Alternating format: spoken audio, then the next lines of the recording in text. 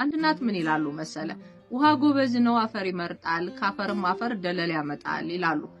ምን ማለት መሰለ የሆነ ትልቅ ጎርፍ ታቃለ ያንን ጎርፍ የሚሄድበት መንገድ ላይ አንተ የምታደንቀው ጎርፉን ነው ጎርፉ ይሄዳል ውሃውን ታየዋለ ምናምን ልትቀኝለት ትችላለ የሚደንቅም የሚገርምም የጎርፉና የወንዙ አወራረድ ነው ሌላውን ነገር ትረሳዋለ ነገር ግን ጎርፉ አፈርህን ያጣበ ነው የሚሄደው ያ የታጠበው አፈር የሆነ ሰዓት ገጦ ወይ ምርት አቁሞ ካልሆነ በስተቀር ልታስተውለው አትችልም የሚገርም ደግሞ በጣም ኒውትሪየንት ያለውንና የሚበጀውን አፈር ነው የሚወስድብህ የወሰደውን ደግሞ ደለል ቅርብህ አያስቀምጠውም አረቆ ነው የሚጠለው እዛ አካባቢ ያሉ ሰዎች ናቸው ተጠቃሚ የሚሆኑት በደለሉ ምክንያት የሚያርቱት የሚዘሩት የሚበቅልላቸው እነዛ ሰዎች ናቸው አንተ ግን ጎርፍ የሚወስደውን አፈር ልብ ብለህ ላታስተውለው ትችላለህና ከጊዜ በኋላ ስትነቃ የገጠጠ መሬትን ትይዛለህ ማለት ነው ስለዚህ አንዳንድ ጊዜ ደለላችን የት እየሄደ ነው እንዴት ነው ጎርፉ ምን ያረጋን ነው የሚለው ነገር ብናስተውል ብዬ ነው የግርባብ መጽሐፍ ደራሲ ስለ አንድ ነገር ሲናገር ግርባብ ላይ ያለ ይመስለኛል እንዲህ ይላል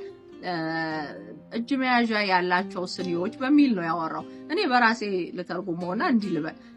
እጅ መያዣ ያላቸውን መጠጫዎች አይተታቃለ ቀዝቃዛ ልታረግባቸው ትችላለ ወይ ሙቅ ልታረግባቸው ትችላለ እጅ መያዣ ጆሮ ካላቸው ግን ምንም ነገር ስሜቱ ወደ አንተ አይስተጋባም ሙቀትም ሊሆን ይችላል ቀዝቃዛ አይፈጅም አይበርድህም አንተን ምንም የሚነካ የለም አንተ ግን ጆሮአቸውን ይዘ በፈለከው ሰዓት እንደፈለከው አድርገህ ልትጠጣ ትችላለህ የራስህን ምቾት ጠብቀህ ማለት ነው ጆሮህን ከተያዝክ እንደዛ ነው የምትሆነው ጆሮህ መስሚያህ ነው መስሚያን ከተያዝክ ደግሞ ምንም ነገር ሰዎች በሚፈልጉት ልክ ነው ልትቀመጥም ልትነሳም የምትችለው መጀመሪያ መስሚያን ማስለቀቅ አለብህ ጆሮህን ማስለቀቅ አለብህ የሆነ ነገር እንድትሰማ እንድታከፈለክ ጆሮህን ከተያዝክበት መንገድ አስለቀቀህ ልትቀመጥ ይገባሃል አለበለዚያ ግን ንገሩኝ ተብሎ መልሶ ግን ጆሮ የተያዘ መሆን በጣም አስቸጋሪ ነውና ራሳችንን ዞር ብለን ማየት ያለብን ይመስለኛል ስንቶቻችንን ጆሮአችን ተይዟል እኮ በቃ እየሰማን አይደለም የምንሰማው ሌላ ነው ሌሎች ጆሮቻችንን ይዘው እንደፈለጉ ያዙናልና አስተውለን ብንራመድ ብዬ ስለማስብ ነው አላቅም እንደዛ ነው የተሰማኝ